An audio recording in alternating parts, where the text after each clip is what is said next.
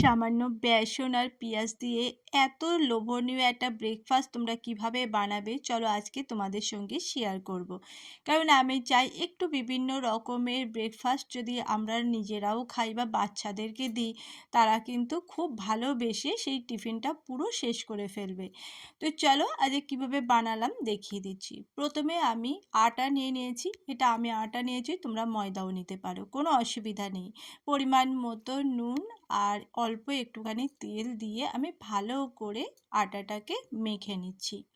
তো বন্ধুরা, আমার এই ভিডিওগুলো তোমাদের কেমন লাগছে অবশ্যই জানিও। যদি ভালো লাগে তাহলে লাইক, কমেন্ট আর শেয়ার করতে ভুলো না। আর যারা ইউটিউব থেকে আমার ভিডিওটা দেখছো তারা অবশ্যই আমার এই ভিডিও যদি ভালো লাগে তাহলে আমার চ্যানেলটাকে একটু সাবস্ক্রাইব করে দিও, আর একটুখানি লাইক দিয়ে দিও। তো চলো, আমার তো আটাটা মাখা হয়ে গেছে। এরপরে আমি পেঁয়াজটাকে সুন্দর করে কুচি কুচি করে কেটে নিয়েছি, আর নিয়ে নিলাম পরিমাণ মতো ধনেপাতা কুচি। এরপরে আমি কেটে নেব লঙ্কা কুচি। ব্যাস এইটুখানি উপকরণ আমার লাগবে। এরপরে আমি পেঁয়াজটাকে খুব ভালো করে পেঁয়াজ, ধনেপাতা আর কাঁচা লঙ্কাটাকে ভালো করে আমি মেখে নিচ্ছি। এর মধ্যে আমি দিয়ে দিয়েছি পরিমাণ মতো নুন, আর দিয়ে দিলাম পরিমাণ মতো বেসন, আর দিয়ে দিচ্ছি সামান্য হলুদ আর জিরে গুঁড়ো। এই দিয়ে আর একটুখানি কাশ্মীরি লঙ্কার গুঁড়ো, এই দিয়েই আমি কিন্তু ভালো করে এই পেঁয়াজটাকে মেখে নেব। এখানে কিন্তু কোনো রকম জল আমি দেব না, কারণ যে নুন দিয়েছি তার থেকেই সামান্য জল বেরিয়ে যাবে, তাতেই আমার মাখাটা কিন্তু কমপ্লিট হয়ে যাবে। আর এর মধ্যে আমি দিয়েছি চিজ, তোমরা এটা দিতেও পারো নাও দিতে পারো, যেহেতু আমার চিজ ভালো লাগে আমি এই জন্য চিজ দিয়েছি। এরপরে যে আটাটা মেখে রেখেছিলাম আমি লেচি কেটে নিয়েছি, নিয়ে এবারে আমি একটা বড় রুটির আকারে এটাকে বেলে নিচ্ছি। তোমার রুটিটা বেলা হয়ে গেছে। এরপরে আমি দিয়ে দিয়েছি ঘি, এটাও অপশনাল, তোমরা দিতেও পারো নাও দিতে পারো। এরপরে আমি দিয়ে দিলাম যে পেঁয়াজটাকে মেখে রেখেছিলাম, সেটাই ভালো করে ছড়িয়ে আমি দিয়ে দেব।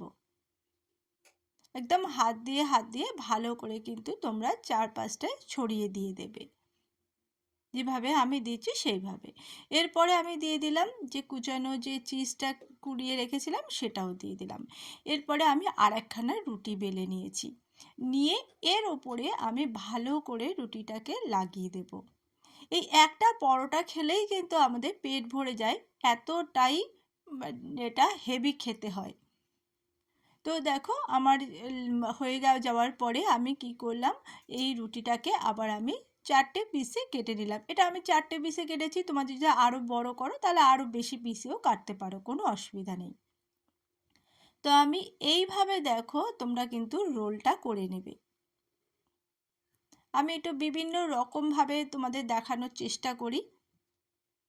তো দেখো এইভাবে তোমরা যদি রোলটা বানিয়ে নাও, এটা খেতে কিন্তু ভীষণ মচমচে আর ভীষণ খেতে ভালো লাগে।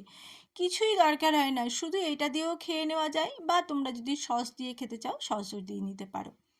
তো আমি এর ওপরে সামান্য একটু কালো জিরে ছড়িয়ে দিয়েছি, যাতে এর টেস্টটা আরও সুন্দর হয়।